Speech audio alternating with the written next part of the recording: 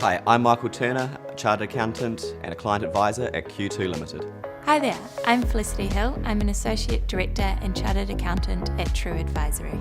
Hi, my name's Ali and I'm a Chartered Accountant and I'm a co-owner and Director of We Accounting based in Greyland, Auckland. Hi, welcome to Chartered Accountants Australia and New Zealand Career Series. I'm Louisa. In this 4-part series, we'll get the answers to the questions you've been asking, helping you on your way to be work ready and forging your career path in business and accounting. We'll talk to expert and business professionals who were in your shoes not so long ago by covering topics on personal branding, stepping into the workforce, nurturing business relationships, and how you can get the skills to become a great future leader. Instead of a standard Q&A session, we're going to mix it up a little and get our speakers to draw questions out of a bowl to keep them on their toes. How do you deal with difficult people? I'm sure this question was made up. Sorry, I was supposed to say that. Hi, I'm Michael Turner. I'm a Chartered Accountant and a Client Advisor. What has worked well to enable you to build positive business relationships? It's your person to deal with. In this session, we're going to zero in on the importance of establishing strong relationships on the job, both with colleagues and clients, tips to quickly establish rapport, and how you can deal with difficult situations. We'll hear from Felicity Hill, Associate Director at SME Financial Limited, Michael Turner, Client Advisor at Q2 Limited, and Ali Tangi, Director at We Accounting. They'll share some of their experiences and give you some great advice on how to build and maintain strong relationships. How important is building strong relationships to the success of your business? Well, at We Accounting, this is one of the key elements for our business. We need to have strong relationships with our clients. One of the things that we always talk about is having the right fit. And so once we get that right fit, we need to build and grow that relationship. As accountants, we're more than just looking at the numbers. We're looking at the life of this business. It extends from their business towards their whole life. So, or for small to medium practice, you're looking at maybe a husband and wife business with a couple of staff. And so it's tied into their own personal lives. And so if we have that strong relationship with our clients, we're able to look at all elements of their business, look at ways we can help it grow, and so that the clients are reaching their goals and I guess growing that business to the point where they can either sell or I guess enjoy the fruits of their labour. At True Advisory, it's everything. Building strong relationships are how our business works, and without them, it wouldn't be as successful as it is. So it's absolutely critical. Q2 Limited has only been going for 3 months now, so we have to build really strong relationships with the clients that we do have, as well as go out into market, go networking, go build new strong relationships in order to keep the lights on. What has worked well to enable you to build positive business relationships?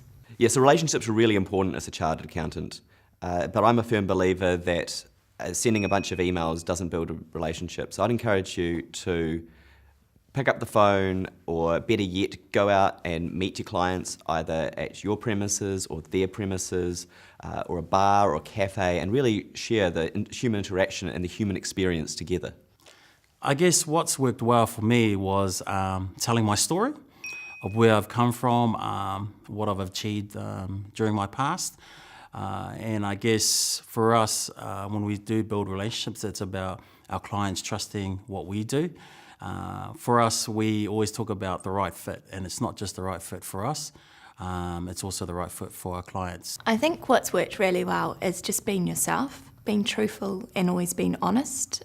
People can spot a fake from a mile away, so if you're being true to yourself, you're being honest about how you feel, then the relationship tends to flow naturally. What have you had to work on personally since graduating to help better your relationship building skills? Yes, a university is not going to teach you everything, and something that employers are constantly looking for is communication skills. So I'd encourage you to go out and meet new people, introduce yourself, and really start building on that communication skill early in your career. I think confidence. I think when your confidence is lacking, your relationships suffer a little bit, and particularly coming straight out of university, that can sometimes be your confidence is sometimes a little bit less, but working on that really helps to build relationships. I guess for me, I've had a lot of soul searching. When I graduated, I wasn't your normal graduate. When I graduated, I already had a family already made. And so for me, it was around, I guess, building that capability to be able to go out and source business. So building my soft skills, I've had to take myself out of my comfort zone. So I've gone on leadership programs, which isn't your norm. We learned a lot about ourselves personally. How do we grow ourselves? There's a lot of meditating. And at the moment, what we're doing a lot of Middle Eastern breathing techniques at the moment, which I guess helps me to center myself and to be able to be more focused around work. So when it gets to the real busy times of the year, we need to be able to go back to yourself, refocus, and then be able to deliver a lot better work, I guess, for our clients and ourselves. What are 3 qualities you actively need to use when building strong relationships? So I believe those 3 things would be communication, being approachable, and being authentic. Because if you're not going to communicate with people, you can't build relationships. If you're not approachable, well, people only do business with people they're friends with, so you've got to be approachable. And you've got to be authentic, because no one likes a liar. I think, again, being truthful, open communication. I think that's probably one of the most important ones. And again, being yourself. I can't stress that enough. If you're being yourself, you're being open and honest and truthful, then it makes a huge difference in relationships. Can you give us an example of a situation when you needed guidance and leverage your relationships to deliver? I guess there's quite a few situations there. What I'll talk about is a client that I had with, I guess, the tax knowledge that we had that wasn't quite up to what we needed for this client. And so what I did was I rang up my former partner that I worked with, and I talked to her because I have a really good relationship with my last firm. They helped me get settled. They gave me all my first initial office furniture when I left. They gave me the key to the office and said, "Go pick what you want." And so I've kept that relationship with my former bosses, my former workplace. And so every now and then I would pick up the phone and just have a chat with one of the partners, especially around tax knowledge. And so, I would talk to them. It was never, you had to pay this. It was because of the relationship that we had when I was working there. It's just developed into a friendship, I guess. And so whenever I need it, I'll just give them a call and they'll help me out with any situation that I do need. What is the importance of maintaining strong relationships in the small, medium practice environment? For us, it's key. 97% of our businesses in New Zealand are small to medium practices. And so for us, we are able to work closer with our clients, building closer relationships with them. And in that way, we'll be able to build a partnership where we can work through any issues that they may have. We can also look at ways to help grow their businesses. So for us, if we can help a small business grow to the point where they are employing more people, then we know we're helping the economy to grow as a whole. At True Advisory, the importance of maintaining relationships is really, really important. That's with our clients and also with other suppliers such as tax experts, and particularly in the small practice environment, you don't necessarily have all those people in that one firm. So maintaining those relationships with people outside the firm is incredibly important. So Q2's core purpose is to dramatically improve the business results and the lives of our clients. In the small business world, I deal a lot with people, and it's all about the owner and making sure that their business is working right for them. I think if you go to the bigger end of town, maybe Big Four, you're dealing with professional directors, boards and managers. So their relationships is a lot more business focused, where mine can be a lot more personal focused and making sure that the business is working for them, not them working for their business. How does your personal brand play a part in building relationships? Personal brand is everything. It gives you a guideline of how to react to certain situations and decisions, and it guides you usually to the right decision because you have these almost ideas of how you want to portray yourself, and then you can keep true to those when you're making decisions. I guess for us, this is how we started our business, and it was around our personal brand. So when we started We Accounting 6 years ago, it was just me in the office. And so I had to go out and build our business from scratch. And I guess for me, it's about showing who I am and the values that I place for myself and our staff. And I guess my personal brand plays a heck of a lot in the way our business operates. A lot of our clients have come because of myself and our co-director, who's my wife. But what we're building is merging that personal brand with the We brand and having our values placed inside there. And one of our values that we do work with is whānau, which is family, and how much that's really important to us. And that reflects in how we do business and how we operate with our clients. What things do you do to obtain a professional network and reach your career goals? I guess, we do a lot of business development in our job. As a director in our firm, I go to a lot of networking evenings. I do work with CANS as well. I'm on the board of the Careers Advisory Panel, so we're looking at ways to help grow, I guess, the Pacific and Māori accounting graduates. For our business, we're both Māori and Pacific, so we focus a lot on driving our people and helping them grow and succeed in their own goals.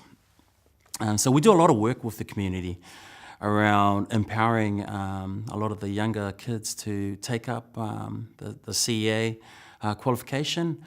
For me, it's taken me to a lot of places. It's helped me grow our business from scratch. And we're looking at growing overseas as well. So going out, meeting a lot of clients. We do a lot of workshops around financial literacy.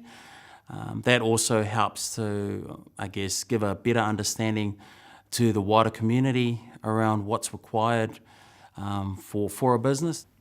Oh, well, okay. What are some things students can do now to build their network? I would say take any opportunity, do anything and everything, see everything as a networking opportunity, not just for business but for personal. The more people you know, the more experiences you have and the more people you can call on and build relationships which at the end of the day are going to benefit you in business and personally. I think the network is possibly your most important asset that you have. So I would get involved with as many people as possible. So join clubs and societies, and if you can be a treasurer on a society, that's going to help you as well. And just reach out and meet new people. And especially make sure that they're not all just accountants, that you meet a wide variety of people.